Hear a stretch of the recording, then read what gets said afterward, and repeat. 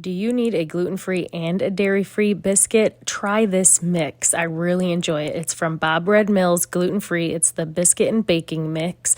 You start with some milk and eggs. Now, it says to use buttermilk, but I can't use buttermilk, so I actually take lactose-free milk and add about a tablespoon of lemon juice to it. You can also use vinegar, and that will take the place of the buttermilk for you. Now, I'm just going to add the baking mix to a different bowl. I'm going to add my butter, which it's all sliced up, and then I used a pastry cutter to mix that all together.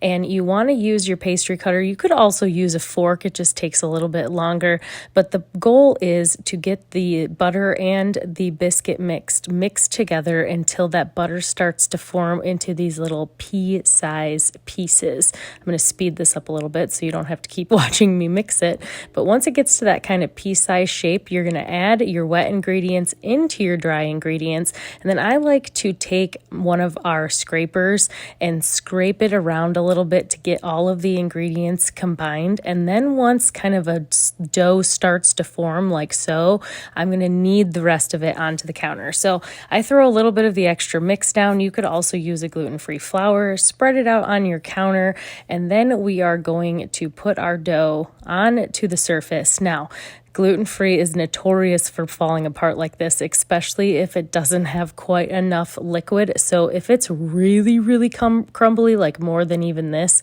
and it's not shaping as you start to knead it, add a little bit more milk to it, okay? Gluten-free flour just absorbs so much more liquid that you're going to sometimes need to add a little bit more. So as I'm kneading this, it's starting to come together, so I did not add any more liquid in this case.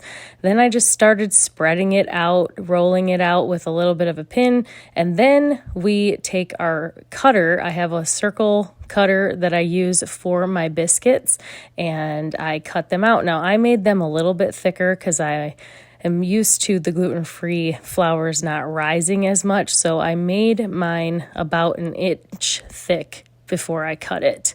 Then I placed them onto my half sheet pan, threw them in the oven, and they were ready to go. These turned out perfect for my sausage and gravy. Now, if you are struggling to know what gluten-free recipe you're going to cook for dinner today, check out the links in the comments and join my free recipe club.